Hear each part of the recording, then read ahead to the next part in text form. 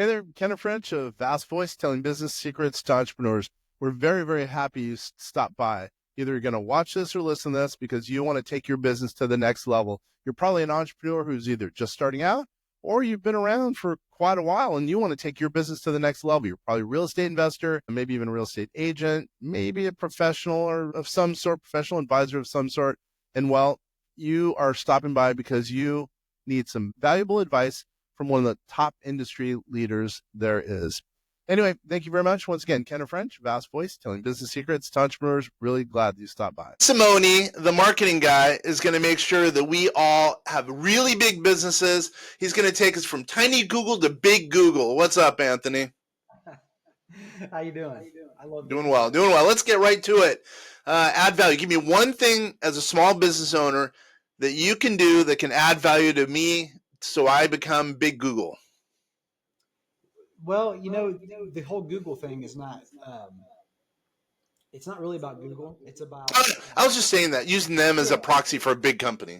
Yeah, absolutely. So for me, it's all about relationships. So one of the things I always start with is like, how are you running your marketing? And because marketing is kind of like a general term, right? And marketing, there's so many marketers out in the world, so many agencies, so many this and that. I'm more about just like, what are you doing now? Where's their opportunity, and then figuring out ways to make those opportunities bring revenue and profit to the bottom line. Because there's just a million different things you can do, and oftentimes, Kenner, there's so much opportunity within your existing business that you don't necessarily need to spend any more money to add any more shiny objects.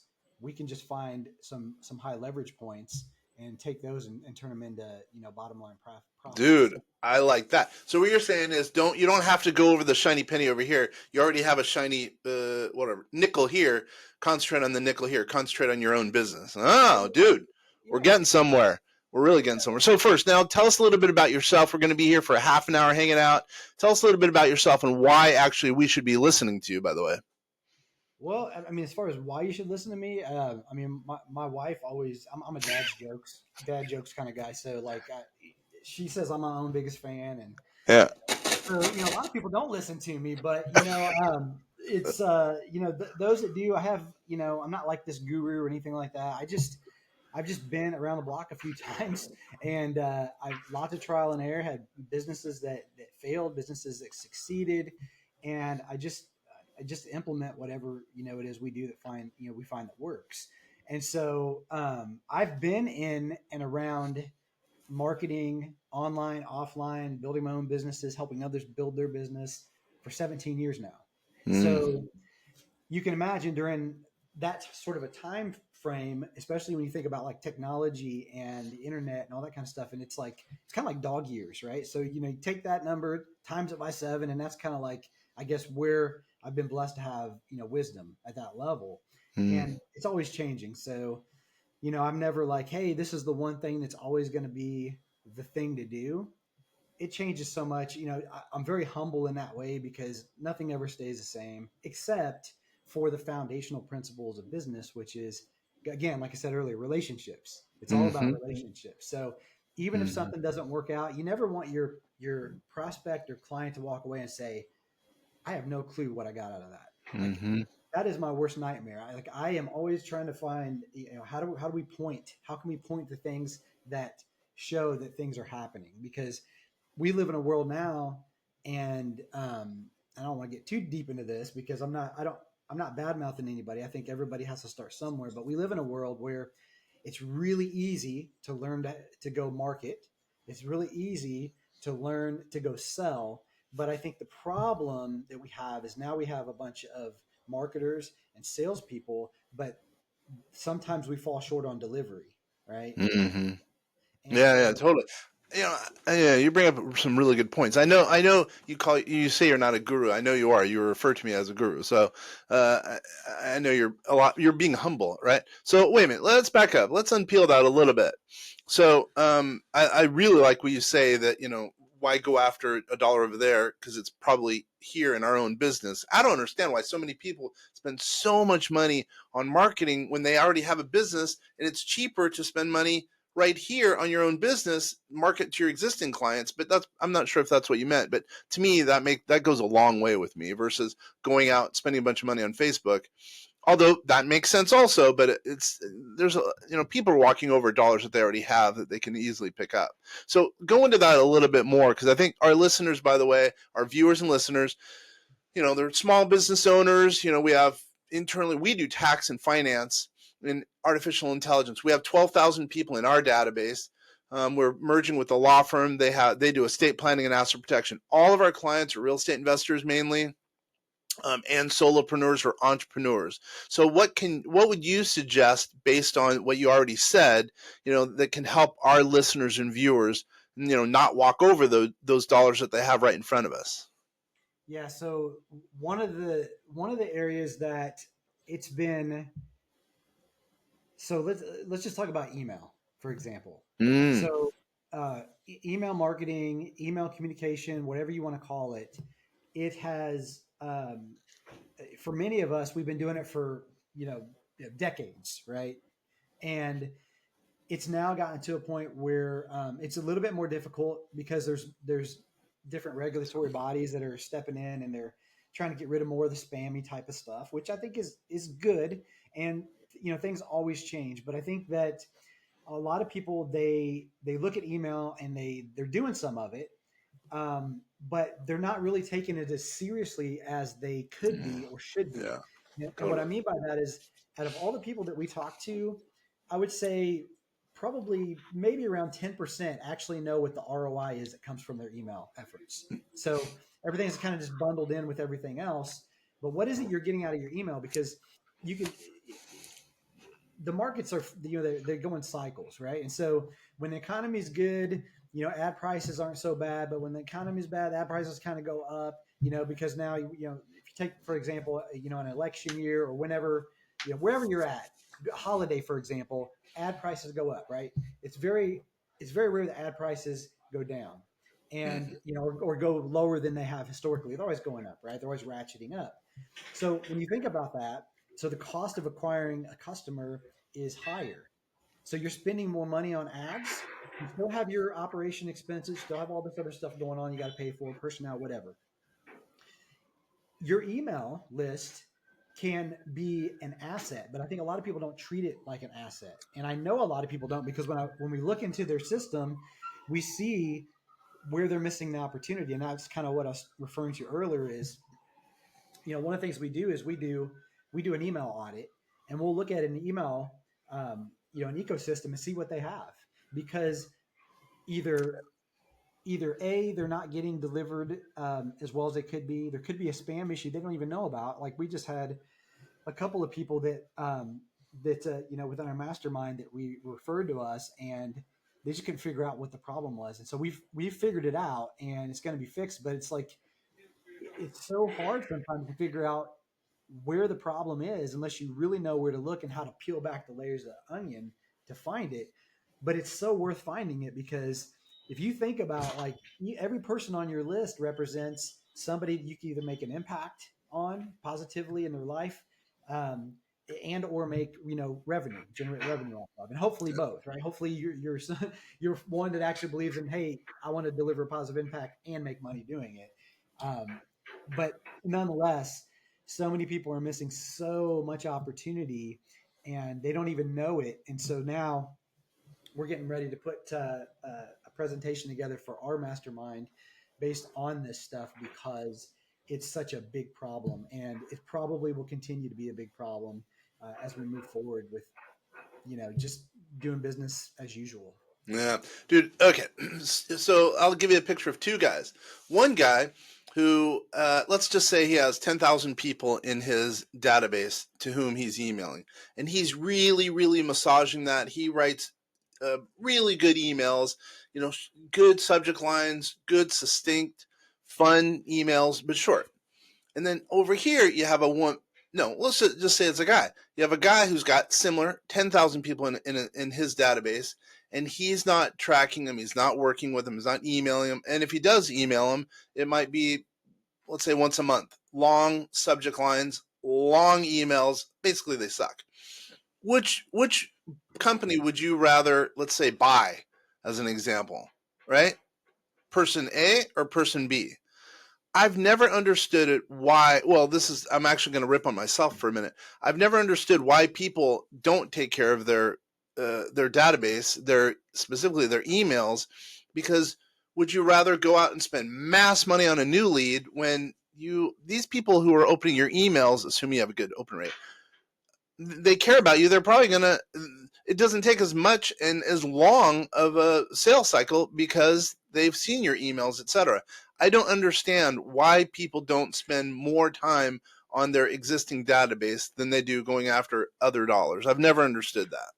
Well, it's just it's easier, right? You could throw more money in the front end, but the way that we operate, we come in, we're looking for win-win all the time, and so we have to kind of deliver that kind of news and say, okay, well, you've got this going on here, you're missing this over here, but here's where you could be doing, and the truth of the matter is that if they could just optimize what they've got right now, they could actually spend more money on the front end, right? Because now it's like, yeah, throw more money at it, but let's dial in what you have, because what we find out on the back end actually is data you can use on the front end to help you optimize better. So now you're going to get more of the right kind of folks, and you're going to convert a lot better, and you're just going to have a more profitable business overall, which leads to a business that you can sell for a higher amount. That's exactly right.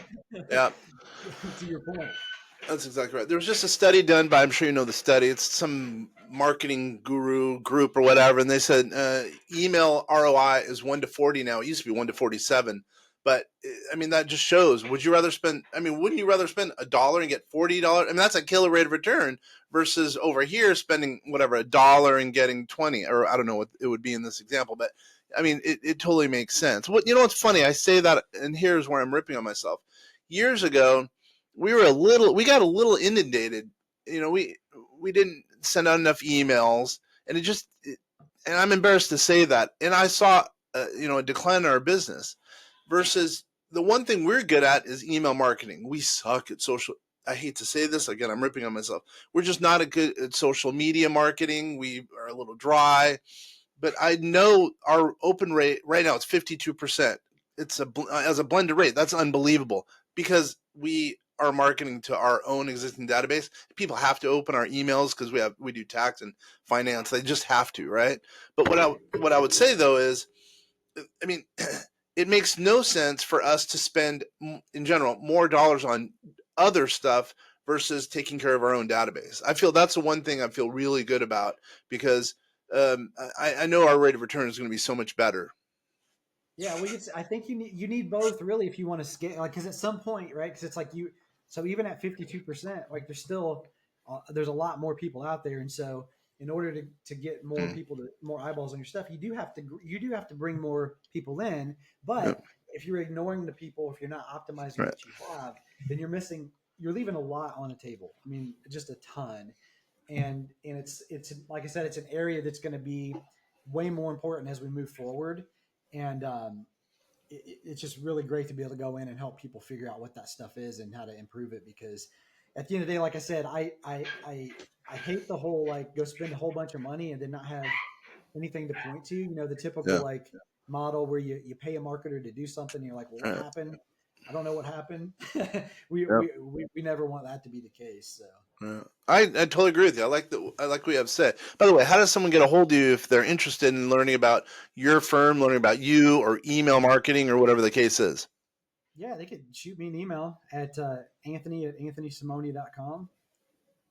How do we spell that? That's remember, I'm not very smart. I need help on that. How do we spell that? So Anthony is just ANTHONY. Mm-hmm. At Anthony Simonie is SIMONIE. So if you're watching this right now, you can see my last name is spelled there on the screen.com. So Anthony at AnthonySimone.com.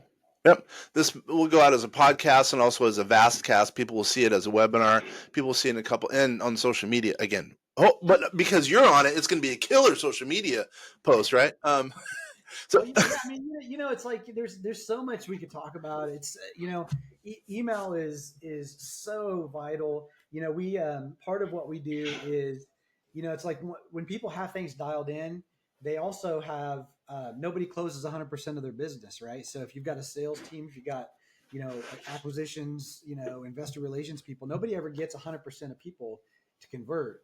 And so we also part of what we do is we go in on the back end once somebody's been through an entire sales acquisition process, and we have another process that we kind of bolt onto the back end. We go out and convert more of those people into sales, and then we're just paid on the upside. So it's a performance based model, and it's a really great option for certain people that have certain criteria in place. And one of those things is, hey, are you building rapport and do you have affinity with your audience? And if you don't have your email stuff dialed in at least a little bit, then that's not really a fit, because you've got to start there. You've got to have people know, like, and trust you a little bit.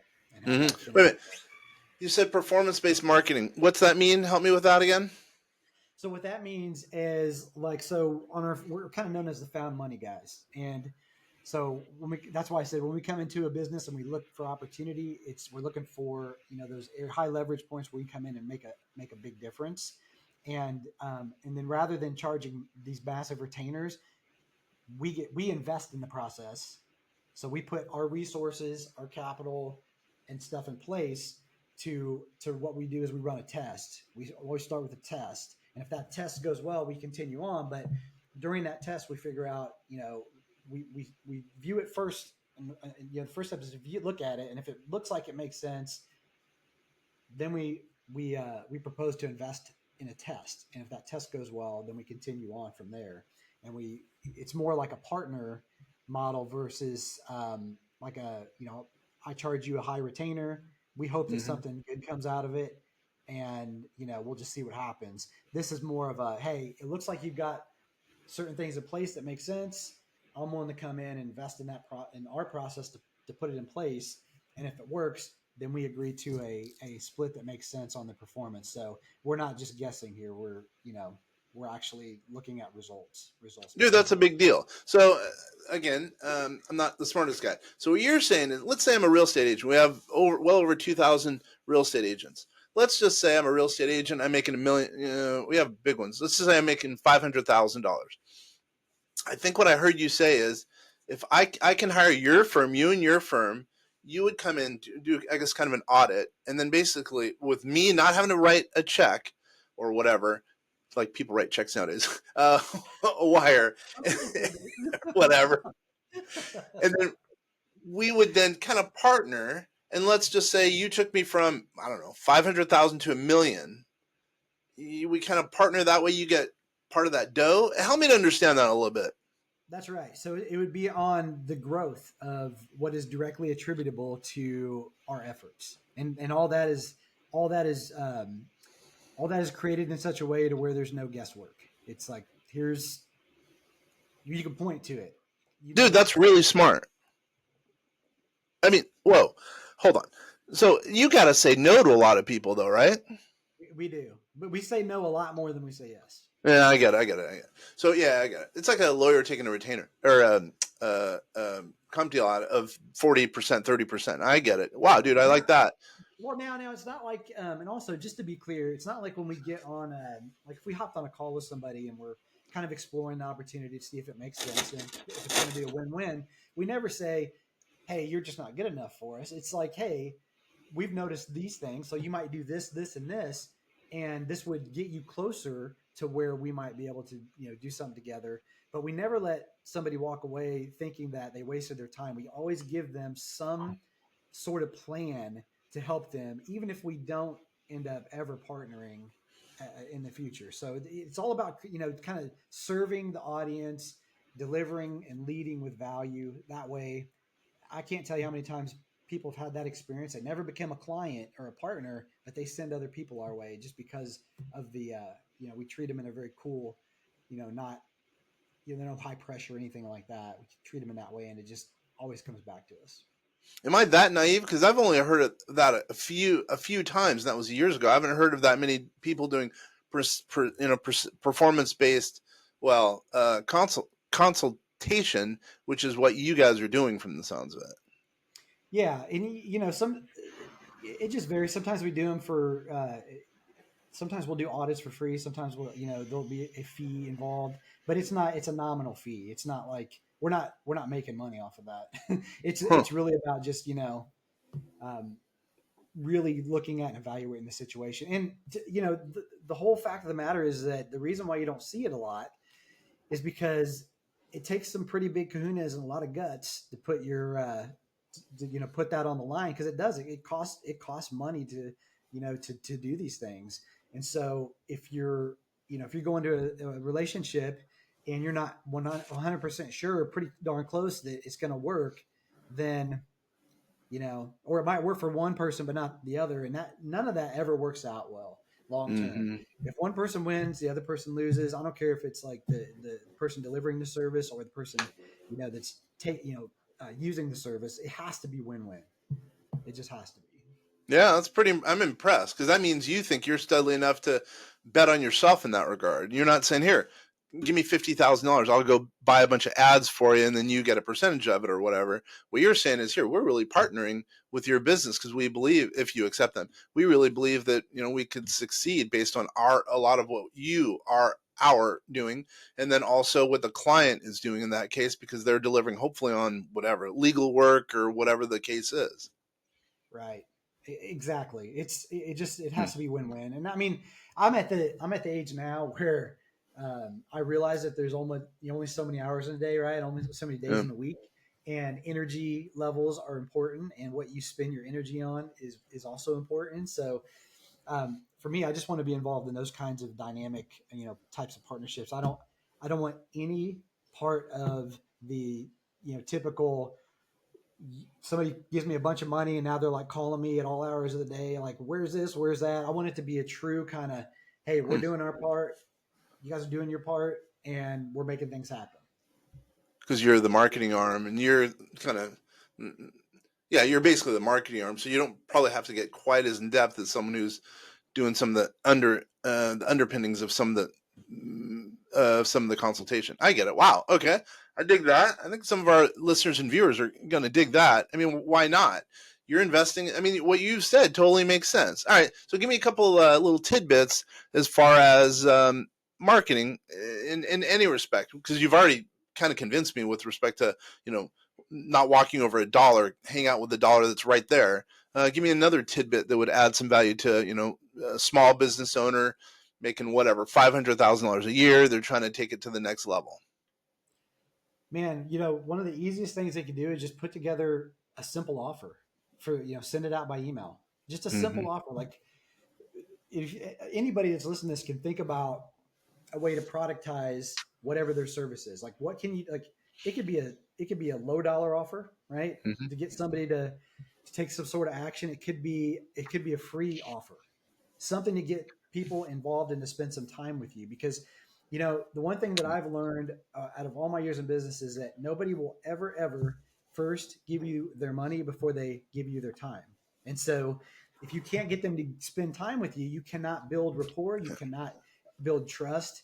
And so the money's not going to come. So something as simple as thinking about how you can do and I'll just tell you, like, I'm a big fan of webinars. I'm a big fan of getting on consult calls. I'm a big fan of doing audit type of stuff, because you can deliver value. And once you deliver value, whether they pay for it or not, you have now you've deposited and put something in their bucket. And when you put something in their bucket, it's only natural. It's kind of like the law of reciprocation, Mm-hmm. where I Yeah. always think about, like, when I go to Costco on a Saturday and I'm seeing all these sample people, right? And they're just kind of out and they've got all this like good smelling food that they want you to sample.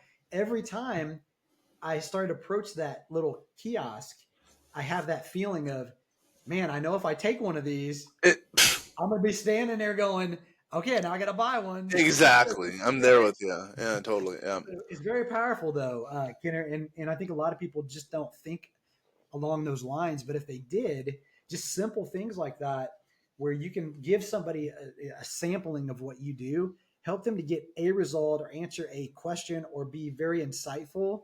Mm-hmm. Those types of things are very meaningful, and they're going to open your emails a lot more. They're going Yeah. to buy from you a lot more. and your lifetime value of a client is just going to go way up. Yeah. What we're doing in that regard is I don't want this to be a case study for you, but what we're doing is we're starting a community because we are merging with that law firm that I mentioned. We're starting a free community where you can get kind of a touch, added value, no doubt, but kind of a touch as to what we are like. And then at the same time, we're also having a paid community, only $29 a month, that it's going to be filled with a little bit more value so people could, really get to know us on a monthly basis. They're going to go to it's called the Vast Vault. They're going to go into, meetings with me and, Bob, who's a very well-known attorney. He's going to be talking about estate planning and asset protection, whereas we're talking about tax and finance on our side, and also commercial property finance. And at the same time, if someone wants to do a consultation out of it, well, they can. Obviously, they're going to have to pay for it, but it's basically exactly what you're saying. But what would you say? So are you into communities, by the way? Yeah, I think communities are a fantastic way to build, credibility and trust. All right. So what would you say? How can we, and it's just coming out. We're rolling it out next week, actually. It's out, but it's going to be in beta for a while. But what would you say is an important part of community building? I think one of the best things you could do is get people engaged, right? Because a lot of people are part of communities, but they never engage. So doing things to kind of force people to engage in that community, to share, to participate. The more you do that, the more revenue is going to come from that community. You will have some people that are the outliers, that they never will engage, they'll never participate, but they're still buyers. But you want to do the best job that you can to try to get them engaged. So doing even like little ethical bribes to get people to share, to participate, and kind of get them off the fence. They work well, and it's for their own good. I mean, if they're in a group like you're suggesting, the advice that you're giving them and what they have access to it's something it's vital for a lot of folks. I mean, tax. You think about so many. I've worked with a lot of accountants in the past, and not all accountants are created equal, right? We know that. Yeah, So totally. Trust me. there's ones that understand like strategy and advisory and all that kind of stuff, and then there's ones that only understand compliance. But the stuff that you're delivering to people is so that they can really improve their wealth or their tax savings, or to set them up for a lot better future versus, hey, we just did your tax return. Right. 100%. You're exactly right. So it's very valuable. So, as you're going and putting content in this community, things that are, just little bits and pieces of insight that you have, and you could post in that group or deliver that group, they're just going to serve you so well to where people are going to go at some point. Whenever the timing's right, they're just going to say, look, I just need, how can Kenner help me? Right. How can they help me do this? Because it's the only sensible and logical choice when they've been following you and you're hitting all the buttons along the way. Yeah. That goes to your point about, one, engagement. You're right. But also giving them something kind of, well, you didn't say free, but I'm sure you probably meant free in there as well. Give them something they can learn about us, and that'll hopefully, just like you're saying, increase engagement. They'll end up wanting to do business with us because they'll know, like, and trust us, et cetera, et cetera. Right. All right. So what about, oh, sorry, go ahead. I was going to say, it's like, one of the, we do a lot of work on LinkedIn for folks, too. There's another, some folks, we do some done for you LinkedIn stuff, and I'll do webinars about LinkedIn, and I'll share so much of the strategy, and people always ask, like, why do you give so much away? I'm like, because most of the time nobody's going to implement that on their Total 100%. So, it's like, aren't you afraid somebody else is going to take it? I'm like, no, I'm not. I mean, I have so many emails where people are like, thank you so much for that. I implemented what you said, and it worked. I got my largest client, blah, blah, blah. They may never become a client, and I'm okay with that because I delivered value to them in their lives. And you know what they're going to do next time they think of somebody that could be good for me? They send them to me. Yeah. So, it's just, I operate from from a place of servitude, and it's something that's just served me well, for a lot of years now. And I think that's something that was kind of ingrained in me as I was growing up. My grandparents raised me, and my grandparents that's exactly how they were. And I was lucky enough to learn that kind of stuff. And it just, I use it today. It's just part of who I am. And obviously it's done well. You've done well for yourself. You're a guru, even though you say you're not a guru. So, all right, we only have a few minutes left, but what's one thing that has not worked for a client that you think, you would give some exact opposite consultation? Whatever the case is, I'm just looking for something a little different as far as, some consultation that's worked out that you've provided. So something that has not worked. Yep. That has not worked. Yep. So something that we have advised on has not worked. Sure. Either way, or something they're doing. Either one. Yeah. I mean, we don't always hit it out of the park. It's like we always test things, and sometimes, and this is a good point for everybody that's listening to this, is that a lot of people, they like to sit in the corner and make assumptions. They're like either thinking, oh, I don't know if I should do that. It won't work for my audience. I don't know if it'll work for my audience. And they end up like doing nothing. Right. So they make these assumptions. We will go in and we will test.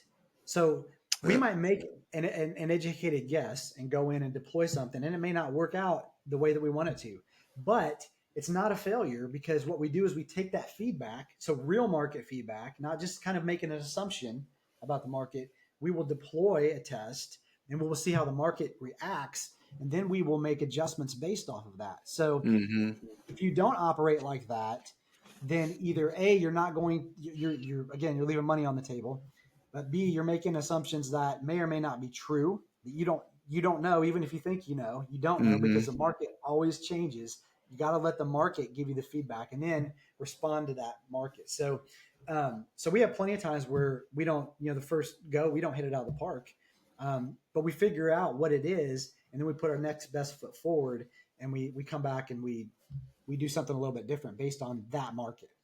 Yeah, I totally hear it. It seems like marketing is just another word for testing, because you guys are always testing. This thing worked, but maybe we can make it better, or this thing didn't work, maybe we can make it better, whatever the case is. And I think that's a pretty good analogy. Testing equals marketing, and vice versa. Absolutely, you just have to. I mean, it's never a set it and forget it. It's just things change too much, and they change a lot faster now these days. So, yeah. Like that. Right. But again, the one thing that doesn't change is the foundational principles, which is, building relationships, right? Treating your audience well, whether or not they buy from you, serve them. And the ones that are right for you, they're going to rise to the top if you're doing the right things. And they're going to go and they're going to be your megaphone. They're going to go out and tell people about how good you are. And referrals is probably better than any other way of bringing in business, because if someone comes in based on referral, they know that you're as good as you say you are. Oh, 100%. And it's just like I'm thinking about this week. We had a couple. One of the guys we were helping get out of spam. All of a sudden now there's 4 other people that he's connected us to that are they've got spam issues, and we're going in and taking a look at their stuff. Yeah, you're right. It's just like, it's how you treat people. Like you treat them well, you're cool to them, then they're going to be some of your biggest advocates. Yeah. Dude, you and I could go forever. I want to have you on again. Yeah, I think you know what's going on. You really do. It's funny you're downplaying yourself, because everything you've said, at least by my measure, seems to make a lot of sense and can really help some of our business owners, especially those who want to take it to the next level. Yeah, I'd be happy to come back. I love doing this kind of thing, and just seeing how I can help people open their eyes a little bit more, right, and a little bit wider. And turn on the light bulb for some people that maybe just haven't thought of things in a different light. Yeah. Sure. Yeah. Again, how does someone get a hold of you? Yeah. So just send me an email. And I answer all my emails. So it's Anthony@anthonysimonie.com. And that's just, it's spelled Anthony. My last name actually spelled there if they're watching. Simonie. Easy way to remember. I always tell people it's spelled like Simon with an IE at the end. Oh, there you go. Yeah, there you go. Well, man, Anthony, I'm so glad you're a good dude. I really appreciate you taking the time. And then for all those people out there, please give him a call, please give him an email. And if you want to help us in any way, or you need any information from us, or you want us to change things, have some suggestions, go ahead and email us at info@vastsolutionsgroup.com. info@vastsolutionsgroup.com. This is Kenner French. I'm at vastsolutionsgroup.com, or Kenner at vastsolutionsgroup.com. And of course, you're here. You've been spending time watching, listening to the Vast Voice, telling business secrets to entrepreneurs. Thanks, everybody.